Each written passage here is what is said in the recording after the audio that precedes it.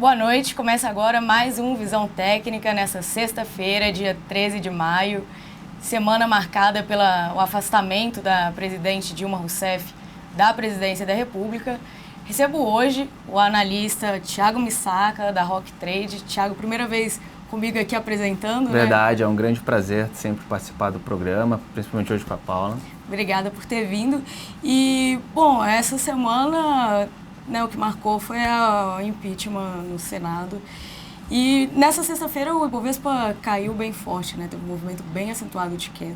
O que a gente pode esperar para os próximos dias? Isso é mais uma correção, um movimento normal para ele retomar um segundo rally? Ou aquele rally que a gente viu no começo do ano acabou?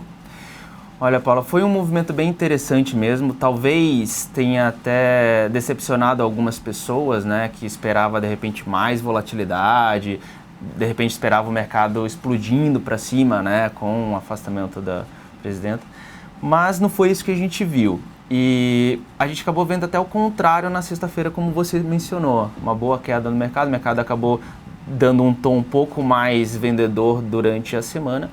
Mas o que eu queria chamar a atenção de vocês é que o mercado não está claro, né? O Ibovespa, ele vinha numa sequência de topos e fundos ascendentes, né? Se a gente relembrar lá, eu trabalho com um método bem objetivo, onde a gente vai qualificar por meio de determinados critérios a tendência que o mercado vem trabalhando. Então, ele vinha trabalhando em tendência de alta, se a gente olhar no gráfico, por topos e fundos ascendentes. A gente pode ver por esse zigue-zague, que é o indicador proprietário que eu desenvolvi para saber exatamente o que é um topo, o que é um fundo, o que é uma pernada. Então você tinha um zigue-zague ascendente aqui, que foi quebrado essa semana, né, com a perda do fundo imediato, essa tentativa de repique, e não completou-se ainda um zigue-zague descendente, que aí realmente colocaria o mercado num tom realmente vendedor. Ficaria claro isso para nós. Então, no fundo, o que a gente vem trabalhando nesse momento é um cenário, um dos mais difíceis que a gente vai encontrar dentro da análise técnica, que é aquele cenário de alargamento, onde você observa topos ascendentes e fundos descendentes. Então, ele forma um cenário em que você tem topos cada vez mais altos, fundos cada vez mais baixos, o mercado vai se alongando nessa movimentação. Então, perde aquele caráter direcional, que geralmente é o que o investidor quer, o que o trader quer, porque pode cair, pode subir. Se for cair, que caia de forma direcional para a gente poder entrar vendido e ganhar com a queda. Se for subir, que suba de uma forma direcional para a gente poder ganhar com a alta. E não é o que a gente está vendo. Então, a gente está realmente num cenário complicado, não está clara essa movimentação. E não é só por isso. Existem outros indicadores que me levam a crer que o mercado está mais difícil ainda do que a gente imagina. Porque muita gente pode falar, pô, Thiago, então está próximo de montar topo fundo descendente. Se perder o fundo imediato, entra na estrutura de topos fundos descendentes? Com certeza. Porém, dentro do método Missaca, que é a metodologia que eu desenvolvi para fazer os estudos de forma quantitativa, além de topos e fundos descendentes, eu preciso de fluxo vendedor. Nesse caso, eu já tenho fluxo vendedor. Se a gente observar aqui a acumulação e distribuição do Williams abaixo da minha média móvel de 20, já denota que o fluxo está levemente vendedor. Mas me chama a atenção isso também porque, embora ele esteja levemente vendedor, está meio que de lado, né? Já faz algumas semanas que o fluxo vem de lado, embora abaixo da média. Então, assim, nós temos esse fluxo vendedor, mas ele está avançando nessa direção? Ou seja, está se tornando cada vez mais vendedor? Não, ele está meio que de lado. Então, tanto o preço está de lado, fazendo esse alargamento, como o fluxo também está de lado. E se a gente olhar e der um zoom lá no volume, a gente vai perceber o quê? Que o volume também foi decrescente nessa queda. Então, a gente tem sinais contraditórios nesse momento. A gente vinha num cenário altista, onde rompeu a resistência em 49 mil, abrindo espaço para altas até 58 mil pontos, que era o plano inicial que eu vinha trabalhando dentro do meu método. Até o momento que o mercado perdeu a média móvel de 20, montando um cenário quase de topos e fundos descendentes. Aí começou a ficar mais nebuloso. Para complicar a situação, se eu tirar o zoom e olhar mais para trás ainda, quando o mercado rompeu a região dos 49 mil, eu vou olhar a minha estrutura de fluxo lá. Eu tinha esse nível de fluxo aqui, eu vou até traçar uma linha para ficar bem claro aqui no gráfico. Eu tinha esse cenário de fluxo aqui. Quando o preço rompeu a resistência, foi lá para março, né? Início de março, a gente teve o rompimento da resistência no preço, os 49 mil. Mas olha o fluxo. Nota que o fluxo ele continua abaixo daquela linha de que era a resistência no passado. Então, o que isso nos traduz dentro do método Missaca? Que embora o preço tenha rompido a resistência em 49, não tinha dinheiro suficiente para sustentar os preços acima de 49. Não quer dizer que isso iria reverter a tendência para baixo, até porque o rompimento da resistência costuma ser soberano. Mas, se não há fluxo, é necessário um período de acumulação. É necessário um período para que o dinheiro entre, que sustente essa movimentação acima dessa resistência, para aí sim a gente começar a falar de 58 mil pontos. Então, esse período, ele vem se alongando. A gente está passando por esse período ainda. Então, assim... E essa correção, ela deve chegar até que ponto ali? Esse é um ponto bem importante. Para entender até onde essa correção pode desenvolver, eu vou ter duas metodologias. A metodologia pelo método Misaka, a gente vai trabalhar com um cenário da seguinte forma. Se eu tenho topos ascendentes e fundos descendentes, eu não tenho mais sequência de topos e fundos ascendentes. Então, necessariamente, eu vou pegar o último topo e o último fundo e vou colocar essas regiões, que seria essa, né, o último topo e o último fundo, como regiões de lateralização, em que o mercado vai ficar dentro dessa estrutura até ela romper para alguns lados. Para o lado que romper, o mercado deve desenvolver. Nesse caso, a estrutura superior é 54.500, a estrutura inferior é a região de 49.900, 50 mil. Então, deve ficar dentro dessa estrutura até romper, ou até o mercado desenvolver tendência pelo método Misaka, que exige topos e fundos, fluxo, né, fluxo na direção dos topos e fundos, e a estrutura que eu costumo chamar de acumulação e distribuição. Então, tem que estar tudo conjugado, né, tudo na mesma situação para a gente conseguir antecipar isso. Sinceramente, não acredito que isso vai acontecer. Eu acredito que essas regiões de 55 e 49.900 vão ser regiões mandatórias para onde o mercado deve desenvolver até lá. E aí, eu acho que é legal passar um recado para o trader, né? É um cenário difícil, é um cenário onde a gente deve deixar o capital parado, né?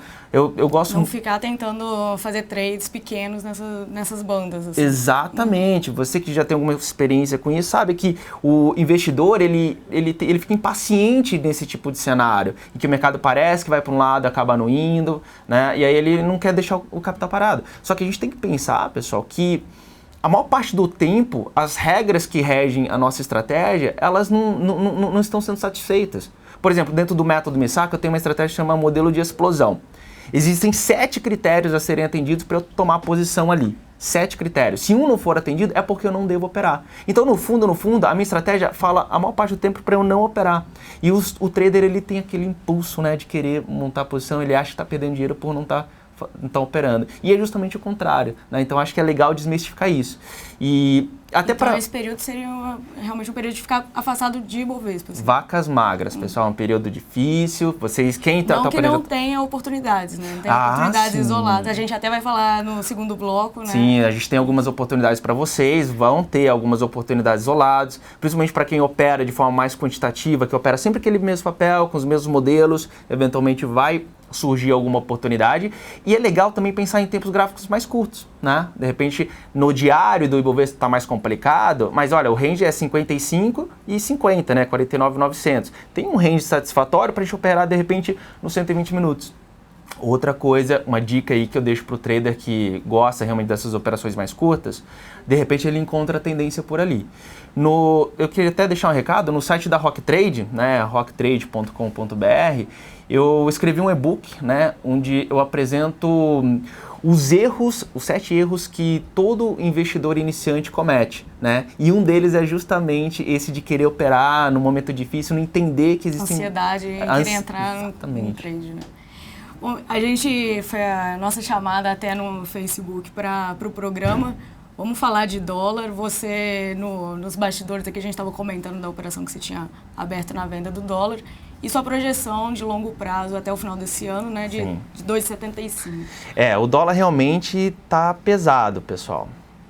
Notem o seguinte, já não é de agora, né? Nós até fizemos uma matéria em relação a essa movimentação do dólar lá atrás, em março. A minha expectativa é bem vendedora. Se vocês observarem aqui no meu gráfico, essa linha de topos e fundos descendentes, né? Esse daqui é o pivô MM, um indicador que eu desenvolvi com essa pretensão mesmo de me determinar de forma objetiva o que é um topo, o que é um fundo, para eu saber de fato como o mercado está trabalhando. E aí fica claro, né, visual para vocês, ó, a gente está num cenário de topos e fundos descendentes há algum tempo já. Então eu tenho uma tendência de baixa estabelecida no dólar, topos e fundos descendentes, preços abaixo da média, AD vendida, ou seja, fluxo vendedor. E essa estrutura, ela é permanente já há algum tempo, né? A gente está observando isso desde fevereiro. Essa movimentação, então, dentro da metodologia que eu desenvolvi, ela deve vingar até o mercado atingir seu suporte. E eu determino o suporte de uma forma objetiva, né? Dentro do método Misaka, a gente vai trabalhar o suporte como o único ponto capaz de reverter a tendência. Não que necessariamente vai acertar, porque é nível de acerto e erro. Mas, dado que você tem essa estrutura como norte, nós podemos fazer operações no meio do caminho. E aí a gente estava comentando até nos bastidores, eu já fiz várias operações de venda durante essa movimentação de queda. Por exemplo, no curto prazo, eu sigo vendido, tá? Esse repique que a gente está observando no dólar pode até ser uma oportunidade. É claro que tem que colocar stop, né? Tem que stopar se eventualmente o mercado subir, vai colocar alvo. Mas no curto prazo, a gente está trabalhando com o objetivo em 3.265, tá? Seria essa linha que está referenciada aqui no gráfico, 3.265. E esse call você deu essa semana? Foi essa semana, faz 2 dias que eu vendi o dólar, né? O mercado deu uma repicada aí, é a oportunidade de vender de repente num preço melhor, né? E deixar o stop curto. Então o stop está curto. Mercado, notem, a todo momento ele vem nesse zigue-zague descendente aqui. Pode ser esse o momento que o mercado vai reverter? Pode, mas o trader ele toma esse risco. Então ele vai buscar esse repique para tentar um stop curto com um objetivo mais longo. Isso é dólar no gráfico diário, 3.265. Agora, quando eu passo para o gráfico semanal, eu vejo ele muito mais interessante, tá? Porque quando eu passo para o gráfico semanal, o que a gente vai observar aqui é um suporte muito mais longo. Então, no diário, eu tenho esse 3.265, mas ele é só um fundo lá no passado que não é relevante dentro do meu método.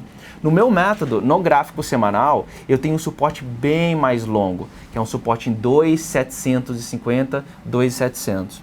Esse foi o ponto que no passado, no gráfico semanal, reverteu uma tendência de baixa que a gente vinha observando lá de 2013 até 2014. Em 2014 a gente teve essa reversão de tendência, tanto que eu trabalhei nessa movimentação altista, né? E a gente fez, foi bem interessante essa movimentação porque ela foi bem direcional. E da mesma forma que ela foi direcional nesse momento, a minha expectativa é que ela seja direcional na queda.